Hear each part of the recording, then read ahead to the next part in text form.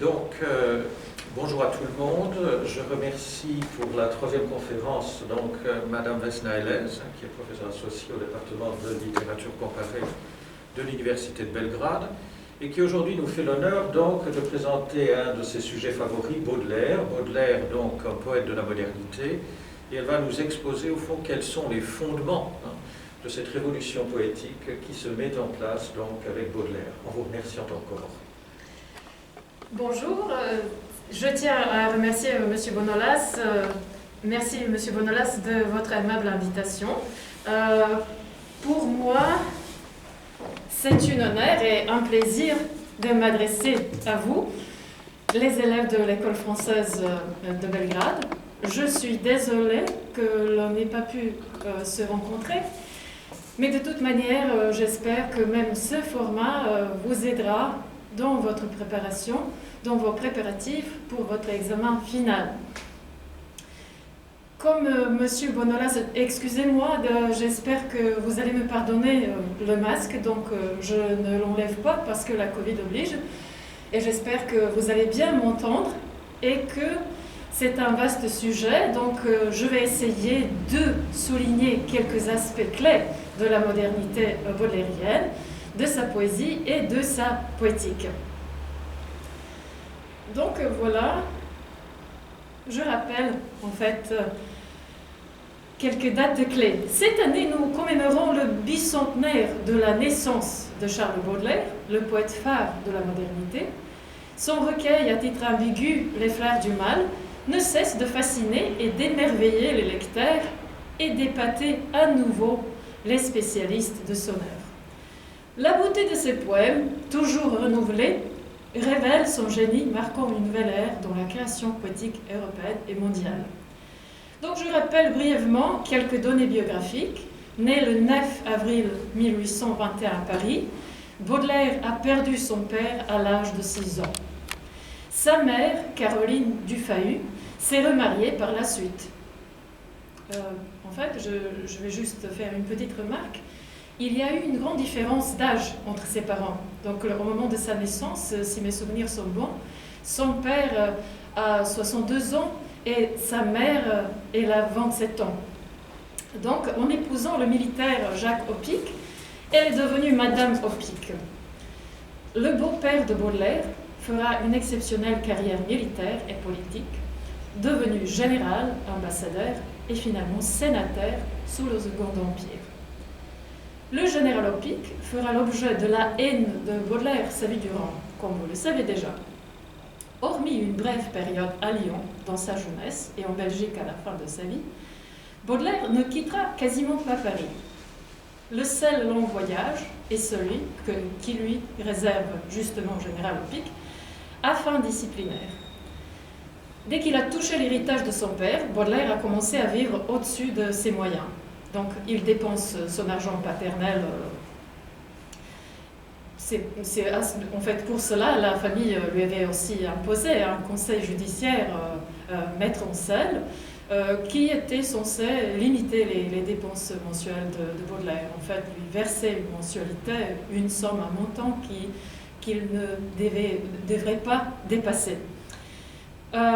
Dès qu'il a touché l'héritage de son père, Baudelaire a commencé à vivre au-dessus de ses moyens. Le voyage en bateau à destination de Calcutta se terminera pour Baudelaire après un orage à l'île Maurice. Il est de retour à Bordeaux et ensuite à Paris, comme vous voyez. Le voyage en bateau à destination de Calcutta se terminera pour Baudelaire après un orage à l'île Maurice. Néanmoins, les couleurs intenses du monde tropical constitueront un réseau d'images considérables qu'on retrouvera dans plusieurs poèmes exotiques des Fleurs du Mal. Au retour à Paris, Baudelaire accumule les dettes. Poursuivi par les créanciers, il change plusieurs fois d'adresse à Paris. Grand amateur et connaisseur de peinture, il commence en tant que critique d'art en publiant ses revues dans les journaux. La première œuvre publiée sous son nom est le Salon de 1845. Son premier recueil, Les Fleurs du Mal, comme vous le savez déjà, est publié en 1857. Il est également auteur du recueil des poèmes en prose à titre posthume, Le Spleen de Paris, et des paradis artificiels, l'ouvrage qui traite de ses expériences de l'opium et du hashish. Atteint de syphilis, Baudelaire connaîtra malheureusement de graves crises de santé qui se termineront par l'aphasie et l'hémiplégie. Il s'est éteint le 31 août 1867 à 46 ans. Comme on le sait, le fameux procès judiciaire sous le règne de Napoléon III a fait date pour plusieurs raisons. Tout d'abord, Baudelaire a été poursuivi pour outrage à la morale publique et le verdict l'a obligé à supprimer les 6 pièces jugées les plus obscènes. Les bijoux, l'été, les métamorphoses d'un vampire, à celle qui est trop gaie, les femmes damnées et Lesbos. Paradoxalement, c'est grâce à cette mutilation imposée du recueil que Baudelaire a œuvré pour en confectionner la seconde édition. Cette édition, qui a vu le jour en février 1861, est de fait la référence de la poésie moderne et de la modernité. Donc il faut bien retenir cela. Baudelaire y a intégré un nouveau cycle précurseur de la poésie urbaine, les tableaux parisiens, ainsi que 35 poèmes nouveaux. L'ordre définitif des cycles est le suivant. Spleen est idéal, tableau parisien, le vin, les fleurs du mal, révolte et la mort. La modernité de Baudelaire, reconnue après la mort du poète, allie son dialogue avec la plus précieuse tradition de l'excellence poétique dès l'Antiquité jusqu'à Victor Hugo du part est une nouvelle vision esthétique inspirée par la peinture et par le spectacle de la vie urbaine de l'autre. Donc il est à noter que la gloire de Baudelaire est posthume. C'est après la 3e édition publiée en 1868 que sa gloire commence à se répandre et il devient vraiment le poète moderne par excellence. Donc, de son vivant, malheureusement, Baudelaire n'a pas été reconnu et donc sa gloire est malheureusement ou heureusement, on le verra, entièrement posthume. Donc nous tâcherons de mettre en valeur les aspects les plus novateurs qui ont exercé une immense influence sur la postérité et qui ont fait de Baudelaire le plus grand poète moderne. Au premier abord, nous nous pencherons sur le célèbre sonnet correspondance. Ensuite, nous analyserons la nouvelle perspective est un regard à la fois novateur et choquant sur la femme et l'amour. Un nouveau regard, clairvoyant et pessimiste, devient évident dans son acception de la mort et de l'angoisse, incarnée dans sa poésie dédiée au spleen et à la mélancolie. La plus importante partie de notre analyse portera sur la poésie urbaine, le flâneur parisien de Baudelaire et le retentissement impérissable de sa vision de la métropole. Donc c'est l'aspect clé de la modernité baudelairienne. Donc, on se consacre d'abord au sonnet correspondance. L'un des plus célèbres et plus glosés sonnets de Baudelaire, la 4e pièce des Fleurs du Mal, est souvent interprétée en tant que précurseur du symbolisme. Les liens qui se tissent entre la réalité visible, qu'on peut apercevoir par nos sens, et celle invisible que l'on peut imaginer ou concevoir, mais qui ne s'offre pas à nos yeux. Donc, la nature est un temple où de vivants piliers laissent parfois sortir de confuses paroles. L'homme y passe à travers des forêts de symboles qu'il observe avec des regards familiers. Comme de longs échos qui de loin se confondent dans une ténébreuse et profonde unité, vaste comme la nuit et comme la clarté, les parfums, les couleurs et les sons se répondent.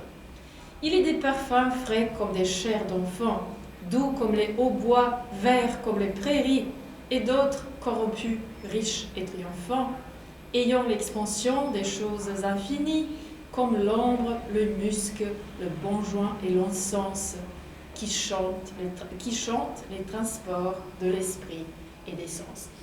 Donc vous voyez que j'ai souligné quelques lignes, quelques vers. Donc ils sont marqués en rouge parce que ce sont les vers qui confirment justement la modernité de son procédé poétique.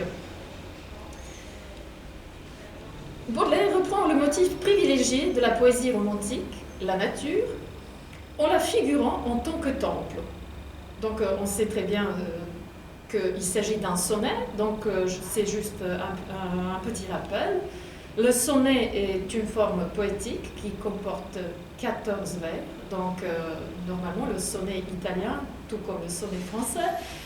Donc c'est une forme strictement codifiée, donc elle comporte 2 quatrains, donc 2 strophes de 4 vers et 2 tercets, 2 strophes de 3 vers. Donc 14 vers au total. On distingue entre 2 types. En fait, on peut distinguer 2 sortes de sonnets. C'est le sonnet italien, et c'est le sonnet italien, et le sonnet de Shakespeare, le sonnet élisabéthain. En tout cas, donc c'est une forme qui est quand même qui est difficile à maîtriser malgré les apparences, et donc c'est la forme des propres aux grands poètes français, notamment aux grands poètes de la Pléiade, tels que Pierre de Ronsard, Joachim du Bellay, etc. Donc tous les grands poètes français seront aussi également les grands partisans de cette forme poétique. Et donc Baudelaire est un grand maître de cette forme poétique aussi, parce qu'il y a un certain nombre considérable en fait de sonnets au sein des Fleurs du Mal. Donc, comme j'ai dit, Baudelaire reprend le motif privilégié de la poésie romantique, la nature, en la figurant en tant que temple. Il suggère la spiritualité, le mystère et le sacré. Les forêts de symboles peut se référer à la multitude de symboles aussi qu'à leur opacité. L'homme ou le poète apparaît en décrypteur des symboles chiffrés de la nature. C'est aussi un motif que vous connaissez déjà de la tradition romantique. Donc le poète, c'est un être particulier. Donc il possède l'imagination. C'est un don qui lui permet d'accéder au secret de l'univers. Et donc il est en mesure aussi de transmettre cette connaissance qu'il ne perçoit pas par la raison, mais uniquement par l'imagination. Donc ici, Baudelaire reprend ce motif, mais on voit que le sonnet, quand même, a une autre allure. Donc l'homme ou le poète apparaît en décrypteur des symboles chiffrés de la nature. Le sonnet est sans doute inspiré par les idées du mystique suédois Emanuel Swedenborg, dont la doctrine évoque les correspondances, à savoir les analogies réciproques entre la structure présumée de l'univers et le corps humain. Donc, Swedenborg prétend que l'homme imite la structure de l'univers. Donc, l'homme est l'image de l'univers. Baudelaire a aussi connu les théories de la structure tripartite de Louis Fourier, le penseur socialiste, et le penseur suisse Lavater. Néanmoins, il est erroné de considérer le sonnet de Baudelaire comme le plaidoyer des thèses mystiques ou comme la confirmation de son appréciation de l'analogie universelle. Donc cette conception, l'analogie universelle, tâche d'établir une symétrie entre la création divine, l'univers, et l'essence de l'homme qui s'unissent pour suggérer l'unité du monde. Sur le plan humain, l'essence communique l'alliance de nos sensations par la synesthésie. Et voilà donc, c'est la figure clé, les parfums, les couleurs et les sons se répondent. C'est à la fin du second quatrain. Et normalement, les synesthésies, les vraies synesthésies, sont réservées pour les tercets. Donc, pour 2 dernières strophes, où il est clair que Baudelaire met en place le réseau de nos sens. Ça veut dire que toutes les sensations sensorielles sont connectées. ces sensations communient et elles communiquent. Ça veut dire elles sont interchangeables. Que fait la synesthésie? La synesthésie nous aide en fait à fusionner nos sensations sensorielles et à augmenter notre potentiel sensoriel. Donc tout ce que nous percevons par nos sens. Et nos sens nous aident aussi à comprendre les cadres du monde visible, donc de notre monde, d'ici-bas, si vous voulez, et d'essayer d'établir peut-être une analogie avec ce qui nous dépasse. On verra par la suite. Donc, cette conception tâche d'établir une symétrie entre la création divine, l'univers et l'essence de l'homme, l'analogie universelle. Sur le plan humain, le sens donc communique l'alliance de nos sensations par la synesthésie. Cette figure sensorielle, donc ce sera la figure phare aussi de toute poésie symboliste. Donc retenez bien la synesthésie et sa pertinence. Cette figure sensorielle fait que nos sens deviennent interchangeables ou qu'ils se confondent, comme Baudelaire le suggère par les tercets. Donc ils se confondent pour nous donner la totalité de notre perception. L'interprétation traditionnelle veut que les correspondances des quatrains, donc des deux premières strophes, dites verticales, renvoient à un monde spirituel, un domaine qui nous dépasse, un monde que l'on peut figurer ou pressentir. Les correspondances des tercets représentent le réseau des analogies qui se forment entre les différentes sensations procurées par chacun de nos sens. Ces correspondances se répondent. Baudelaire a choisi une nouvelle manière synesthétique pour qualifier les sensations diverses. La douceur rappelle la musique, la couleur évoque l'humeur et les comparaisons des tercets sont inédites à leur tour. La fraîcheur des parfums est comparée à la chair d'enfant. Ils sont colorés, et je cite, verts comme les prairies. Donc on voit que Baudelaire compare, il relie le son à la couleur, et donc ou l'auditif avec l'olfactif, etc. Donc c'est comme ça qu'il vraiment essaie de créer tout un réseau sensoriel qui est censé nous donner une image du monde que nous sommes en mesure de percevoir. Bien que l'unité et la réciprocité des correspondances sensorielles des tercets soient parfaitement incarnées par les synesthésies, l'analogie réversible entre le monde visible et le monde invisible des quatrains n'est pas explicitée. Donc on va voir que Baudelaire introduit en fait une certaine incertitude. Donc il instaure l'ambiguïté. Donc on ne peut pas prétendre à une certitude entre la ressemblance de notre monde avec un autre qu'on figure ou qu'on ne peut qu'imaginer. Dans la doctrine de Swedenborg, par exemple, stipule la réciprocité des analogies, donc les correspondances, la réversibilité des analogies. L'analogie, pour Baudelaire, l'analogie peut-être, mais la réciprocité de l'analogie, rien n'est moins sûr. Donc, ce n'est, il est tout simplement une tentative de réveiller nos capacités sensorielles et de nous orienter vers la spiritualité. Donc, ce qui est sûr, c'est qu'il y a quelque chose qui nous dépasse. On peut voir, on peut sentir et on peut figurer un au-delà, on peut suggérer un au-delà, mais on ne peut pas prétendre à la figurer d'une manière exacte et à être sûr et de connaître en fait sa structure.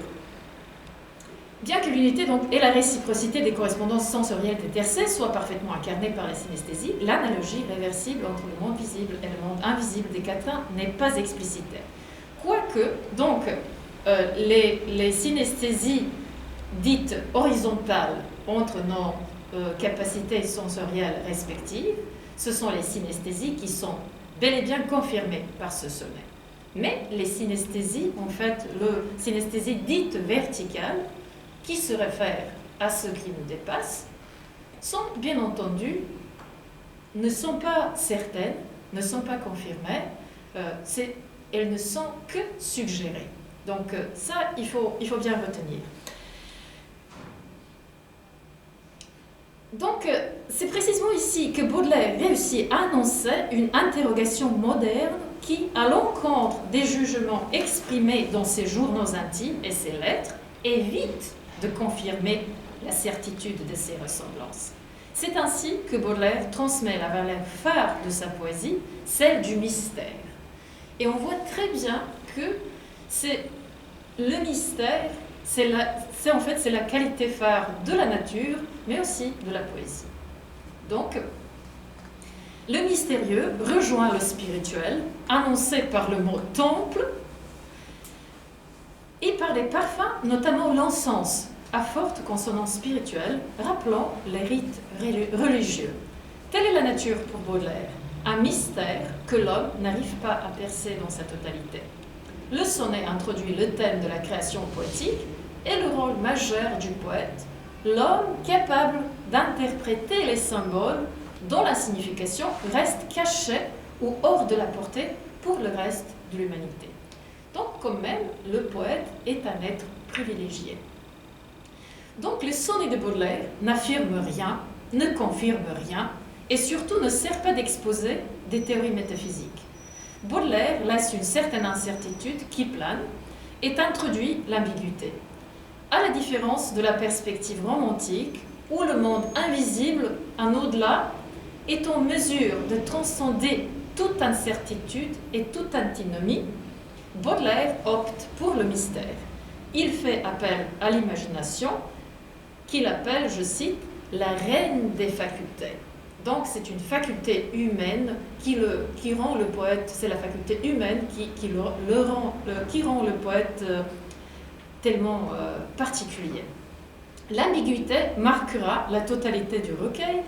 Cela se réfère à sa notion de beauté, comme les vers du poème Hymne à la beauté, je cite, « Viens-tu du ciel profond ou sors-tu de l'abîme, ô beauté? Que tu viens du ciel ou de l'enfer, qu'importe, ô beauté. » Certes, cette conception comprend le divorce entre le beau et le bien, et introduit un monde où la femme est vue sous un angle surprenant. La femme baudelairienne a au moins 3 visages. Celui de Jean Duval, la maîtresse mulâtresse de Baudelaire, sa Vénus noire, le visage angélique de Madame Sabatier, à qui Baudelaire adresse ses pièces dans ses lettres anonymes, et finalement celui de l'actrice Marie Dobrin, la belle aux cheveux d'or et aux yeux verts. Toutefois, les poèmes du cycle inspirés par Jean Duval restent exemplaires par le mélange de l'exotisme et du mystère, ajoutant à ce registre l'animalité associée à la femme. Le poème Une charogne a valu à Baudelaire une réputation particulière. Cette pièce exhibe la nouvelle vision des motifs traditionnels de la beauté de la femme aimée et bouleverse l'ordre établi, questionne un véritable culte célébrant l'immortalité de la beauté ainsi que l'impérissable amour. Le poème Une charogne brise le code de la poésie amoureuse où la bien-aimée, c'est-à-dire sa beauté unique, dépasse la mortalité. Le poème transforme ironiquement les lieux communs de la poésie amoureuse, y compris la promenade du couple et le colloque sentimental. Baudelaire a souvent recours à l'apostrophe. Ce poème représente un couple qui voit une charogne sur leur chemin. La description du corps de l'animal mort montre toutes les vertus de l'esthétique baudelairienne. Son surnaturalisme, ainsi que l'importance de l'artificiel qui transforme les spectacles les plus laids, désagréables ou immondes en une belle création. C'est aussi un aspect clé de la modernité baudelairienne. Donc, comme on a très bien pu constater, dans le sonnet correspondance, la nature est un mystère, mais pour Baudelaire, la nature, en fait, est inférieure à l'artificiel. Donc l'artificiel, l'artifice prime sur le naturel. Donc c'est la création artistique qui est la plus importante. C'est pour cela que le poète est en mesure de transformer, tel un alchimiste, tout ce qu'il voit, même les sensations les plus désagréables, en une belle création artistique. Et donc, une charogne fait bien l'exemple de cet art de Baudelaire. Donc, vous connaissez déjà ce poème, j'espère bien. Et voilà la description de la pourriture, de la décomposition du corps animalier. C'est une image très vive dans ce poème, mais de l'autre côté, il y a un lien qui s'établit entre le corps animalier en pleine putréfaction, en pleine décomposition, et la sensualité, la sexualité féminine. Donc, on lit ensemble le poème. Rappelez-vous l'objet que nous vîmes, mon âme, ce beau matin d'été si doux, au détour d'un sentier, une charogne infâme sur un lit sémé de cailloux. Les jambes ont l'air comme une femme lubrique. Et voilà, donc c'est cette comparaison claire. Brûlante et suant les poisons, ouvrait d'une façon nonchalante et cynique son ventre plein d'exhalaisons. Le soleil rayonnait sur cette pourriture comme infâme de la cuire à point et de rendre au centuple à la grande nature tout ce qu'ensemble elle avait joint. Et le ciel regardait la carcasse superbe comme une fleur s'épanouir. La puanteur était si forte que sur l'herbe vos croûtes vous évanouirent. Voilà, donc la pourriture et les odeurs qu'elle dégage restent tout de même les parfums assez désagréables. Donc c'est le registre négatif de l'odorat, mais tout de même, ce sont les parfums. Donc les sensations très fortes et comme le sonnet correspondance aussi, donc ce poème fait, elle joint en fait toutes ces sensations, donc sensations visuelles, sensations olfactives, même aussi désagréables soient-elles. En tout cas, donc le poète, le bon poète, un véritable artiste est celui qui sache convertir donc même toutes les impressions, même les plus immondes, en une belle création artistique. Donc,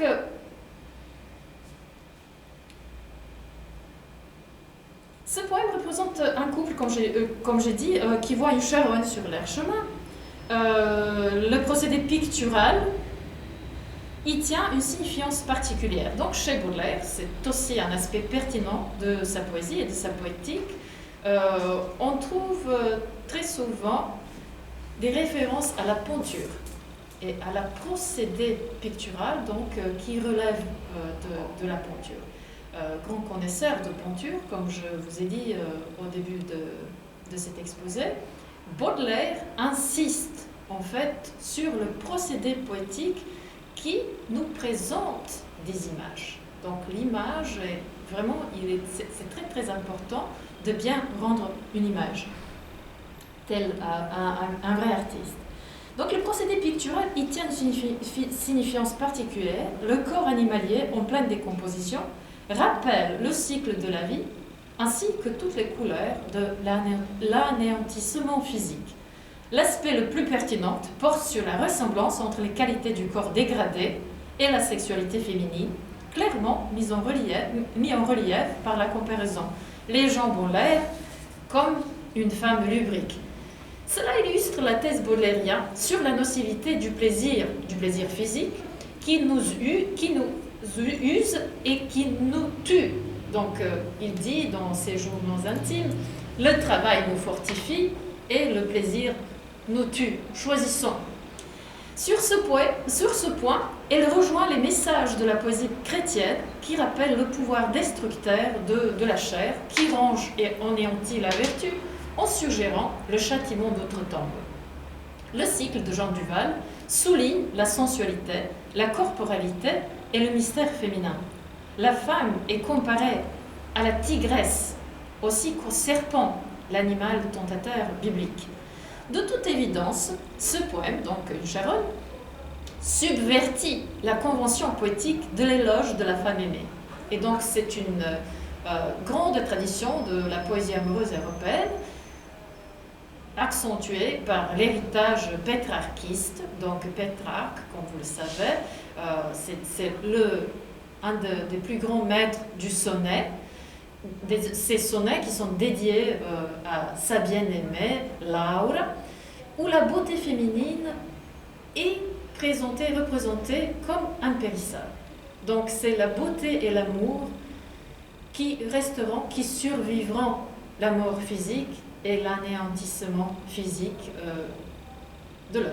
Donc la femme est unique et aimée, sa beauté, le poète l'immortalise. Bien entendu, Baudelaire subvertit ce lieu commun, et là on voit que donc il s'adresse à sa compagne, à sa bien-aimée, et le sujet lyrique touche à l'inévitable décrépitude physique et à la finitude, à la décomposition de tout corps humain. La femme adorée ne deviendra qu'un cadavre susceptible de disparaître suite au processus chimique qui met fin à notre existence matérielle. Donc c'est bien évident dans ce poème. Donc tout cela, et ce monde rendait une étrange musique, donc aussi la sensation auditive, voilà, donc sensorielle aussi, comme l'eau courante et le vent, ou le grain qu'un vanner d'un mouvement rythmique agite et tourne dans son vin. Les formes s'effaçaient, voilà une allusion à la peinture, et n'était plus qu'un rêve, une ébauche lente à venir, sur la toile oubliée que l'artiste achève seulement par le souvenir. Aussi une création artistique, donc c'est le procédé en fait qui nous rappelle le procédé artistique d'un peintre de la peinture. Derrière le rocher, une chienne inquiète nous regardait d'un œil fâché, épiant le moment de reprendre au squelette le morceau qu'elle avait lâché. Et pourtant, donc je vous ai souligné quelques lignes, elles sont en rouge, et pourtant vous serez semblable à cette ordure, à cette horrible infection, étoile de mes yeux, soleil de ma nature, vous, mon ange et ma passion. Et voilà, donc c'est cette reprise ironique des lieux communs, pétrarchiste et ronsardien, comme vous savez, Pierre de Ronsard, l'auteur, le célèbre poète qui a immortalisé la beauté de la femme aimée et sa beauté hors pair, qui en fait est en mesure de perdurer, de transcender la mort, la mortalité et la finitude. Ici, bien entendu, donc Baudelaire change de registre, et pourtant vous serez semblable à cette ordure, donc sa bien-aimée, à cette horrible infection, étoile de mes yeux, soleil de ma nature, vous, mon ange et ma passion. Oui, tel vous serez, ô la reine des grâces, après les derniers sacrements, quand vous irez sous l'air et les floraisons grasses, moisir parmi les ossements. Et voilà donc même la fin physique de sa beauté hors pair. Alors, ô ma beauté, dites à la vermine qui vous mangera de baisers que j'ai gardé la forme et l'essence divine de mes amours décomposés. À la fin, c'est le poète, en fait, qui est un être particulier, que j'ai gardé la forme et l'essence divine de mes amours décomposés. Donc c'est la forme qui va être éternelle. S'il y a quelque chose qui va en fait qui va transcender la mortalité, c'est plutôt la forme et l'artificiel. Donc c'est ainsi que le topos pétrarchiste et ronsardien, qui immortalise la beauté unique de la femme aimée, se trouve substitué par la pertinence esthétique de la forme. La beauté de la forme est peut-être la seule valeur capable de résister à la mortalité et à la finitude. D'autres poèmes, tels que Les bijoux ou La géante par exemple, jouent aussi avec les qualités féminines peu explorées, mettant en valeur la perspective, l'agrandissement et le gros plan où le lecteur est invité à changer son point de vue, à suivre les images qui s'alternent, rappelant à nouveau l'importance du cadre et de l'image empruntée à la peinture. Donc le cycle de Jean Duval reste le plus insolite des 3 cycles inspirés par la beauté féminine.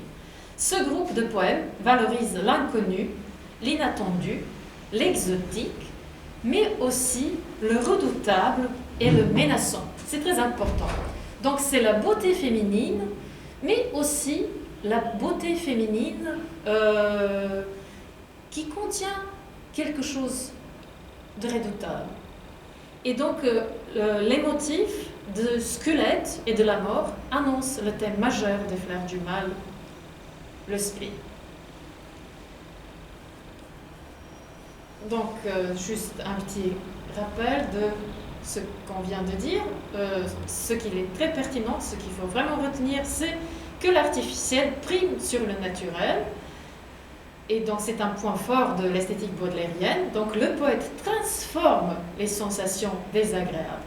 Une charogne brise le code de la poésie amoureuse où la bien-aimée, sa beauté unique, dépasse la mortalité. Donc l'analogie entre le corps animalier et celui d'une femme lubrique aussi. Donc notre chapitre suivant est le spleen baudelairien, un thème majeur de ce recueil.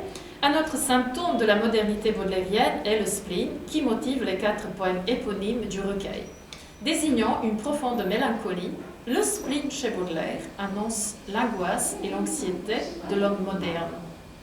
Usant des emblèmes de la mélancolie qui nous rappellent notre propre mortalité, le memento mori traditionnel, classique, tel que l'horloge par exemple, ou le sablier, donc qui nous rappelle que notre vie a une date d'échéance, donc que notre vie est malheureusement déterminée, et donc il y a une durée déterminée dans le temps. Ça veut dire que nous allons forcément mourir. L'horloge, le sablier, le crâne et la danse macabre, le squelette ou les symboles iconiques de la célèbre gravure Mélancolia d'Albrecht Dürer, le grand peintre de la Renaissance allemande, la figure penchée, la cloche, le sablier, la chauve-souris, le granit. Donc je vous juste montre brièvement cette fameuse gravure d'Albrecht Dürer. On voit une allégorie, en fait une figure féminine allégorique. Elle est pensive, accoudée, penchée, légèrement distraite. Et on voit aussi le sablier, la cloche, on voit aussi le soleil polaire, la chauve-souris, le granit. Donc c'est une pierre ici, c'est un bloc de granit qui ici sert, en fait, représente l'allégorie de la géométrie. Je ne vais pas trop vous embêter avec tous ces symboles. C'était juste pour vous montrer en fait cette gravure très significative qu'il faut retenir. Donc, avec Dürer, la mélancolie traditionnellement conçue et acceptée en fait, entendue en tant qu'une maladie de l'âme, avec Dürer, la mélancolie devient le signe d'un vrai génie créateur. Donc, toutes les œuvres, les plus grandes œuvres artistiques, poétiques, scientifiques, sont marquées de mélancolie.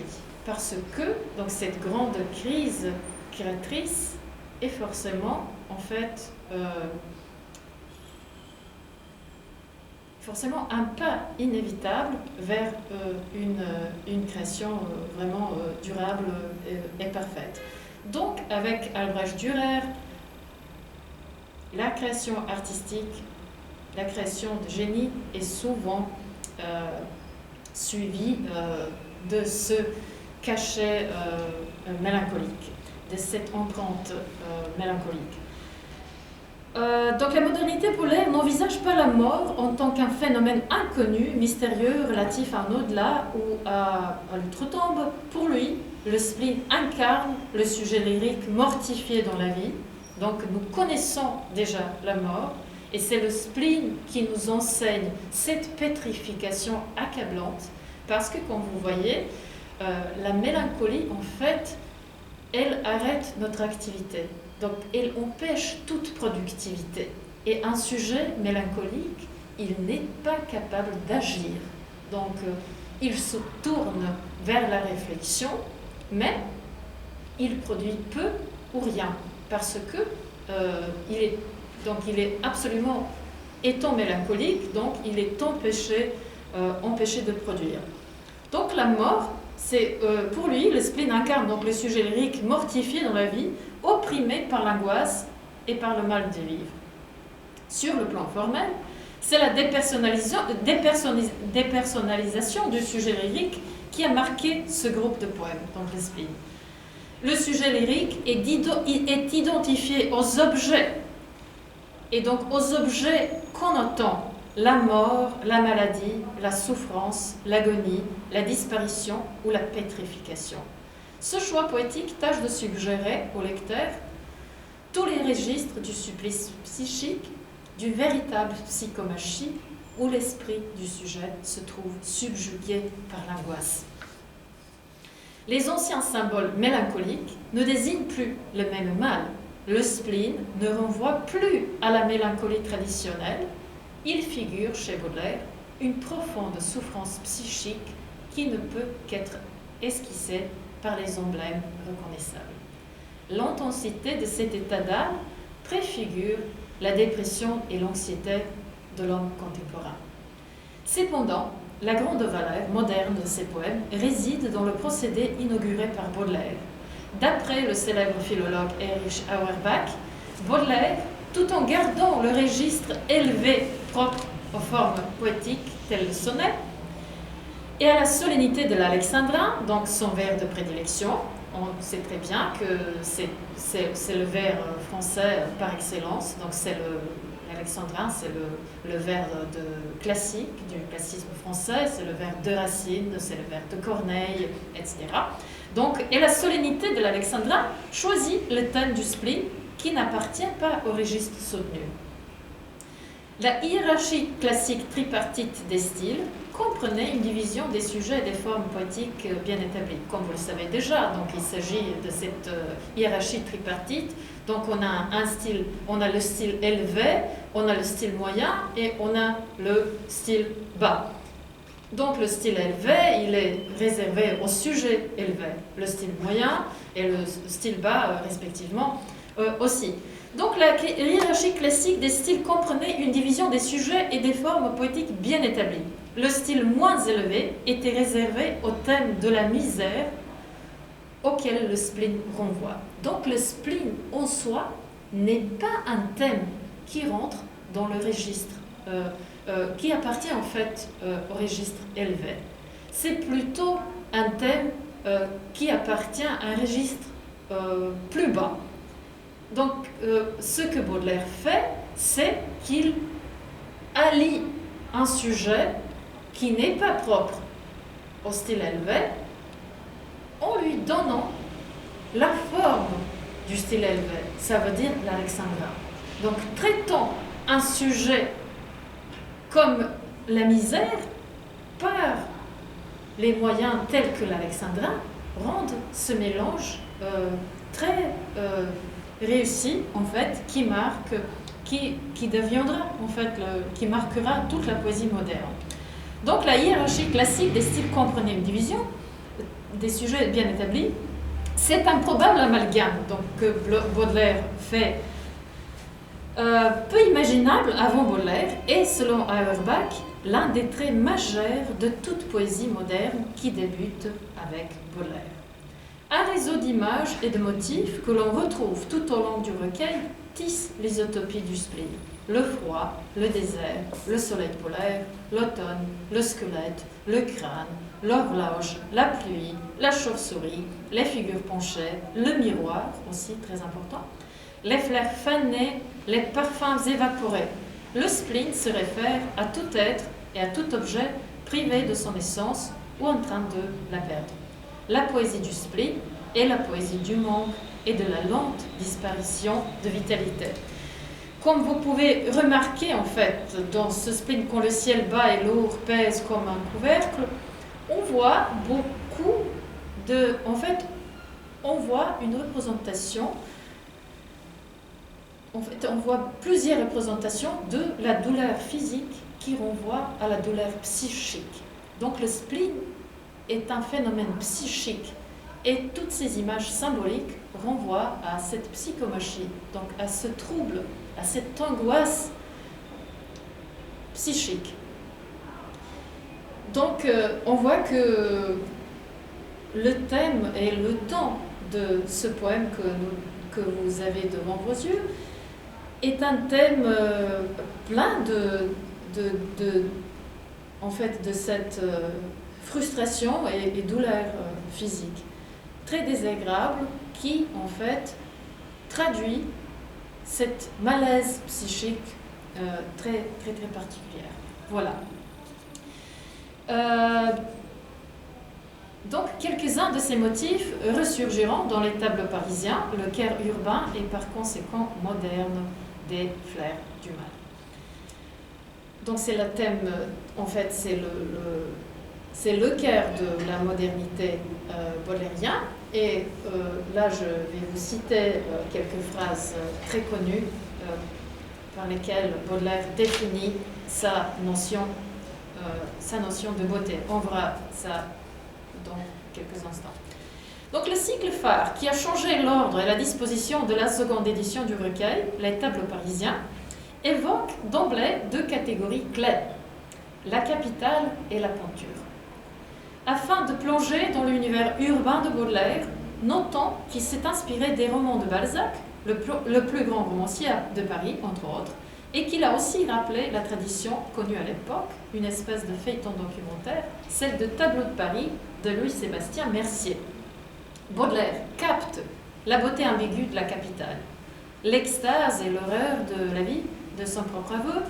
La place que Baudelaire occupe dans le canon poétique français et mondial est en grande partie due à cette conception sans précédent, non seulement de la métropole moderne, mais aussi de la condition humaine moderne. Baudelaire a réussi à entrevoir le changement crucial esthétique qui s'est produit à Paris dans la seconde moitié du XIXe siècle. Ces propos esthétiques sont articulés dans son célèbre essai « Le peintre de la vie moderne », donc retenez bien ce titre s'il vous plaît, dédié à l'aquarelliste Constantin Guis, dont les croquis parisiens témoignent des moments fugitifs savamment captés. C'est dans cet essai de Baudelaire qu'on trouve sa fameuse définition de la double nature du beau. Donc ça c'est très important. Retenez cette définition.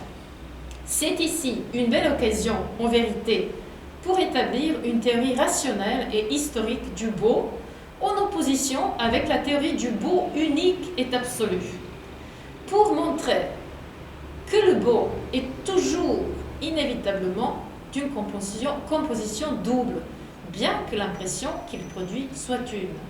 Car la difficulté de discerner les éléments variables du beau dans l'unité de l'impression n'infirme en rien la nécessité de la variété dans sa composition. Le beau est fait d'un élément éternel, invariable, dont la quantité est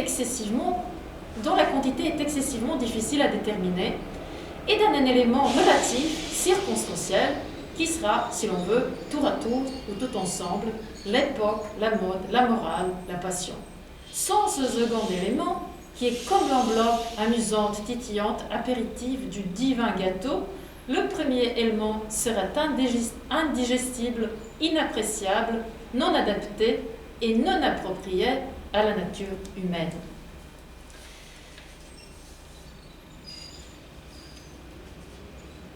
Dans le même essai, Baudelaire définit la modernité, qui est, on le voit, inextricablement liée à sa vision du beau, qu'on vient de citer.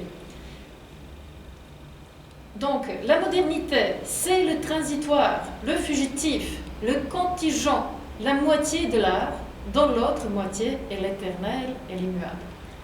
Cet élément transitoire, fugitif, dont les métamorphoses sont si fréquentes, vous n'avez pas le droit de le mépriser ou de vous en passer. En le supprimant, vous tombez forcément dans le vide d'une beauté abstraite et indéfinissable, comme celle de l'unique femme avant le premier péché. Donc c'est un extrait de son essai « Le peintre de la vie moderne ». Donc, Baudelaire instaure une nouvelle idée de beau qui allie un élément éternel, c'est ce qu'on appelle le beau classique, le beau éternel, qu'on peut reconnaître à tout moment. Et de l'autre côté, donc la modernité, c'est le transitoire, le fugitif, le contingent, et ce que donc Baudelaire disait que, car la difficulté de discerner les éléments variables du beau dont l'unité de l'impression n'affirme en rien la nécessité de la variété dans sa composition.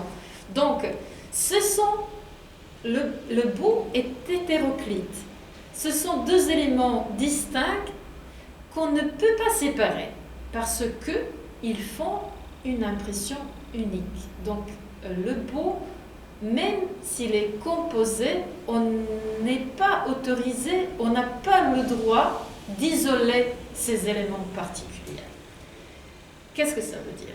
Cela veut dire que dans le spectacle de la vie urbaine, sous ce qui est fugitif, circonstanciel, lié à une certaine mode, revêtent le beau reconnaissable, donc le beau classique, l'éternel et l'immuable qu'on reconnaît à tout moment et en toute époque. Donc je crois que c'est quand même l'aspect clé et le plus retentissant de l'esthétique baudelairienne. Donc cette double, retenez bien que l'ambiguïté, c'est le mot-clé de la modernité baudelairienne. Et on voit très bien que c'est justement son idée, donc son idée phare sur le beau. Donc la double nature, la duplicité, c'est l'autre mot-clé aussi de l'esthétique baudelairienne. Donc l'ambiguïté et la duplicité. Pourquoi? Parce que ces deux notions traduisent l'incertitude à laquelle Baudelaire prétend. Donc l'homme moderne et le monde moderne est un monde où l'incertitude règne. Donc on ne peut pas prétendre à la certitude, on ne peut pas l'affirmer parce que le sujet moderne, l'homme moderne, est entouré par tout ce qui est incertain. Bien entendu, il a les sens, il a ses sensations, donc il a ses impressions sensorielles qui l'informent sur le monde visible qui l'entoure, mais de l'autre côté, donc sa conception du beau, sa conception de beau est très importante. Donc c'est cette dualité que Baudelaire essaye de nous véhiculer.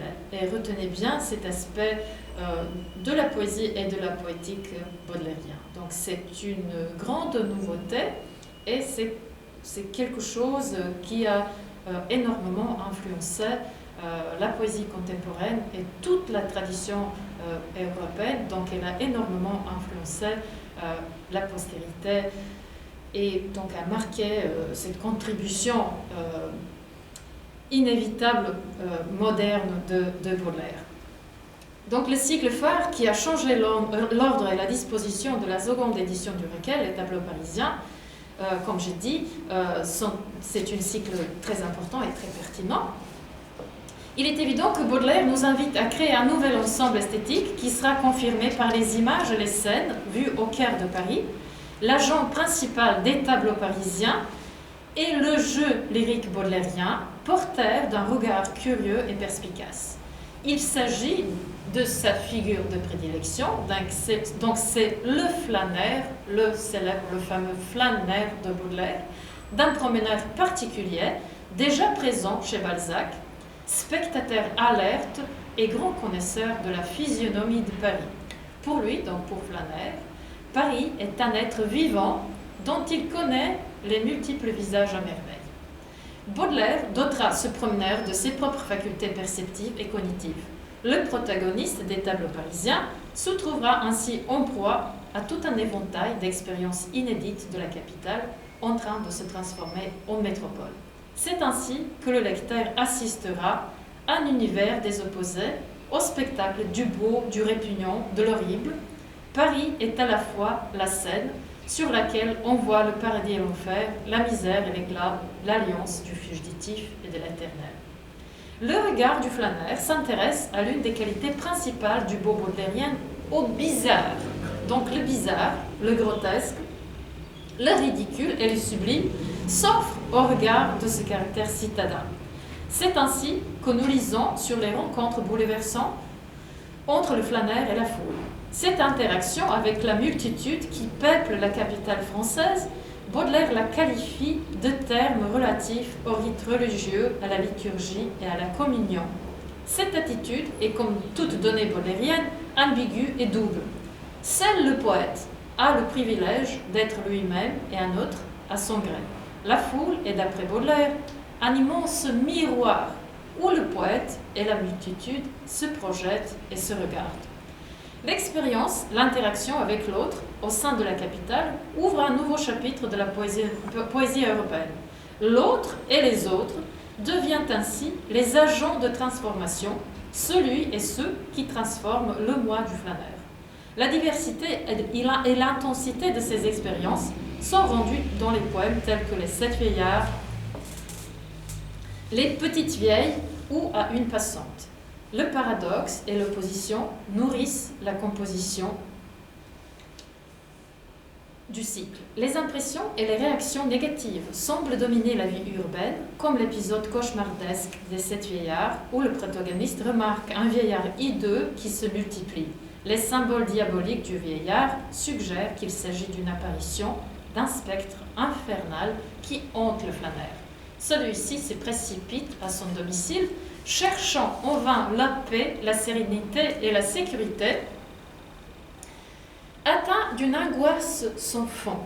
Dans son étude séminale, Baudelaire, le poète lyrique à l'apogée du capitalisme, Walter Benjamin, désigne le choc en tant qu'expérience fondatrice de la vie parisienne.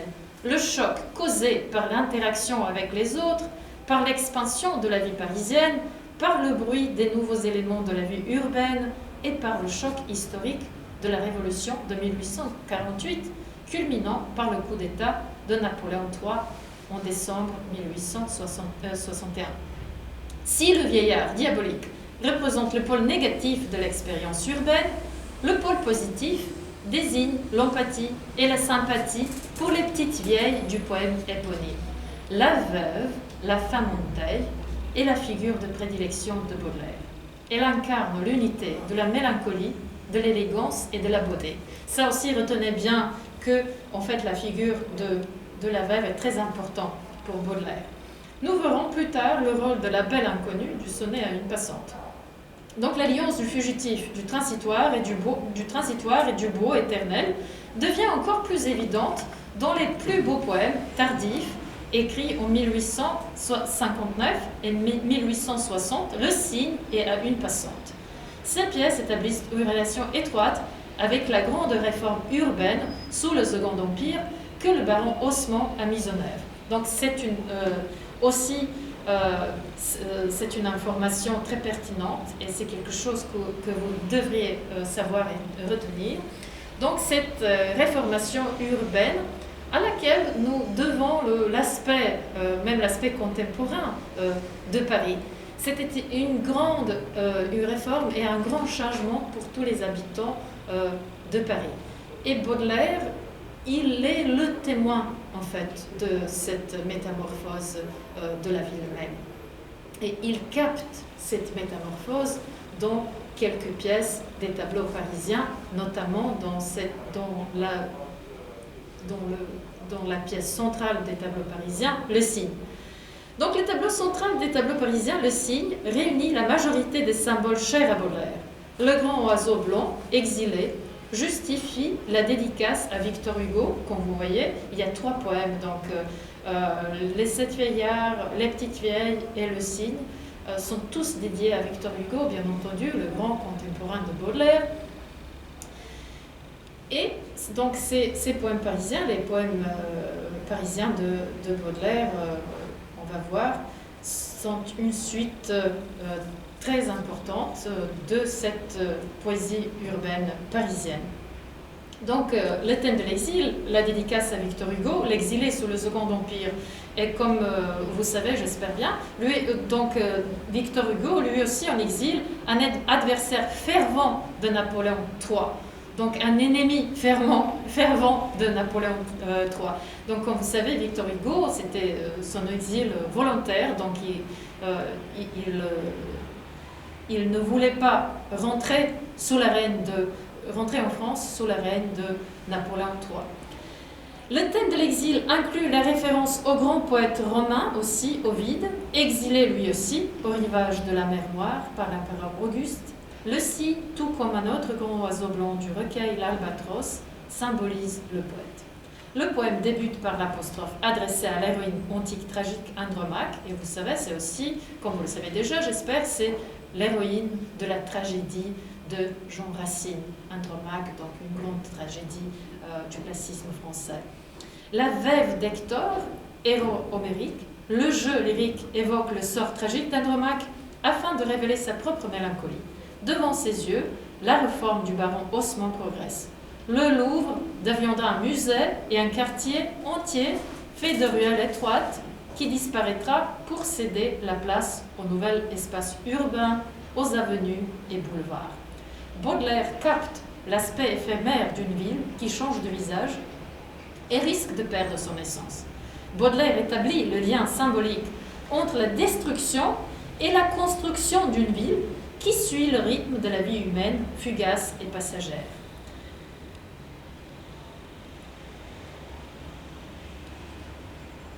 Donc là, vous voyez, Andromaque, je pense à vous, ce petit fleuve, pauvre et triste miroir, où jadis resplendit l'immense majesté de vos douleurs de veuve, ce civisme terre qui par vos pleurs grandit.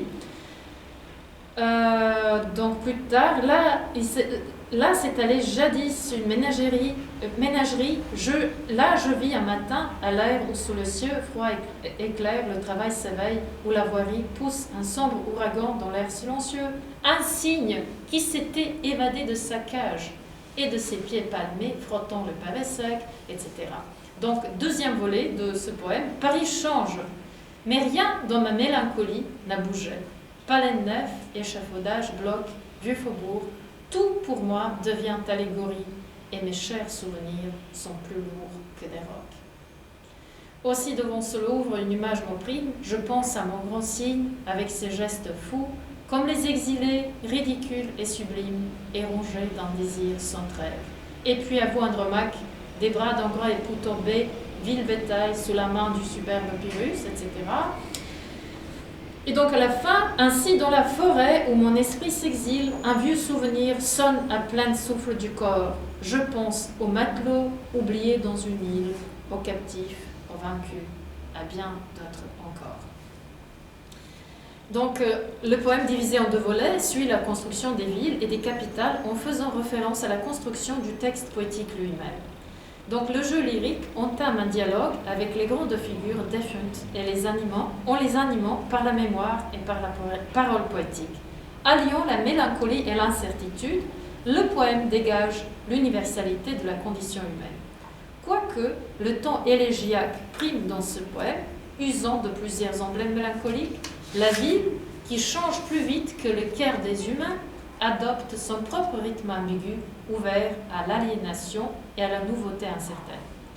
Donc c'est juste une petite remarque relative à propos de la modernité baudelairienne. Baudelaire reste très méfiant à l'égard de toute nouveauté.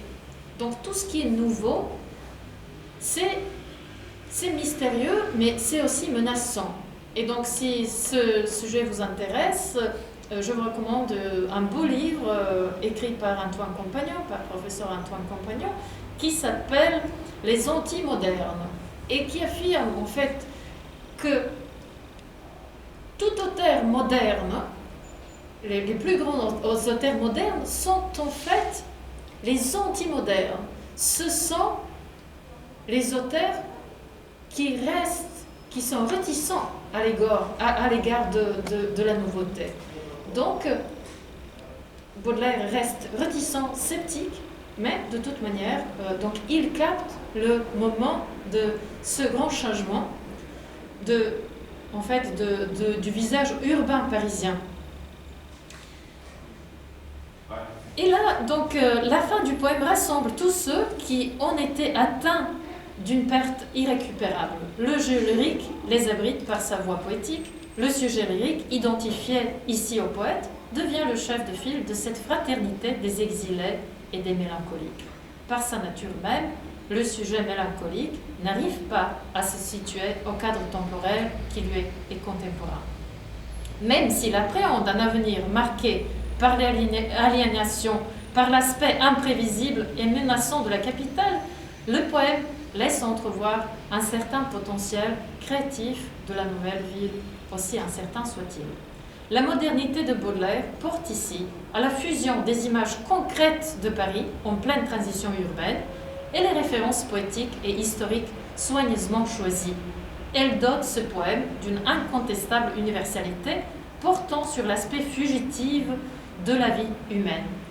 Dans quel sens? Donc, ce qui fait la beauté moderne de ce poème, entre autres, est le fait que le sujet lyrique, c'est-à-dire ici le poète, il regarde vraiment des images réelles. Donc, ces images sont devant ses yeux. Ils sont sous ses yeux au moment de l'énonciation poétique même. Donc ce sont vraiment des images réelles qui ressemblent en fait que le poète lit avec les images traditionnelles de l'histoire humaine et de l'histoire poétique. Donc ce poème nous montre la pertinence, l'importance de la mémoire, mais surtout de la mémoire poétique. Parce que toute la poésie vit par les poètes qui se souviennent de ses prédécesseurs. Donc ici, Baudelaire entame un dialogue intertextuel avec ses prédécesseurs, avec ses grands prédécesseurs, en s'inscrivant en même temps dans cette même ligne de la grande poésie française et européenne, depuis l'Antiquité jusqu'à Victor Hugo. Donc c'est un vrai dialogue, mais aussi qui souligne la pertinence de la mémoire culturelle. Donc ce n'est que par la mémoire que la poésie vit et que toutes les images de notre histoire culturelle, en fait, sont transmises par cette même mémoire poétique. Il me reste à mentionner une brève et intense rencontre. Donc, sur la grande toile de la mémoire poétique se trouvent superposées les époques historiques et les grandes époques poétiques respectives, celles d'Homère, de Virgile, d'Ovide, de Racine et de Victor Hugo. Baudelaire s'inscrit dans cette lignée ininterrompue des plus illustres poètes de la tradition européenne. Et donc, mon dernier mot, donc j'ai dépassé en fait le temps assigné. Donc il me reste à mentionner une brève et intense rencontre aussi fusionnelle qui s'opère entre le flâneur et la belle inconnue, vêtue de noir, en deuil, qu'ils croisent dans la rue. La passante, définie par sa fugacité, transmet le pouvoir de l'éphémère. Elle symbolise l'impossibilité de l'amour communiqué en silence par un regard qui a ranimé le flâneur. Tout se passe à la vitesse de l'éclair. Les amants potentiels se séparent en marche et la belle inconnue disparaissant à jamais dans les artères de la capitale. La beauté, incarnée ici par la femme élégante, embellie par la tristesse, devient littéralement fugace et éphémère. Le sujet lyrique, ne pouvons pas l'arrêter ni garder. Elle symbolise l'impossibilité du vrai bonheur dans la capitale qui se meut sans cesse, montrant la puissance de la rue et du boulevard, mettant en relief l'anonymat et l'aliénation. Et voilà. Donc, j'espère juste quelques conseils de lecture. Une édition qui pourrait vous intéresser, Les Fleurs du Mal, présentation de Jacques Dupont, dossier par Aurélia Cervoni et Andrea Cellino, publié à Paris il y a 2 ans. Donc c'est une belle édition avec un beau dossier. Antoine Compagnon, Un été avec Baudelaire aussi, et du même auteur, Baudelaire devant l'innombrable. Aussi, un très beau livre sur le Paris de Baudelaire, d'André Guyot, Le Paris de Baudelaire, donc aux éditions Alexandrine, publié en 2017, où vous trouverez quelques épisodes très intéressants de la vie de Baudelaire. Donc j'espère que je ne vous ai pas trop retenu, que je n'étais pas trop ennuyeuse et que voilà, c'était en fait quelques lignes directrices, quelques grandes lignes sur la modernité baudelairienne, et que j'espère que ces grandes lignes, ces lignes directrices vous aideront avec la préparation de votre examen final. Je vous remercie de votre attention.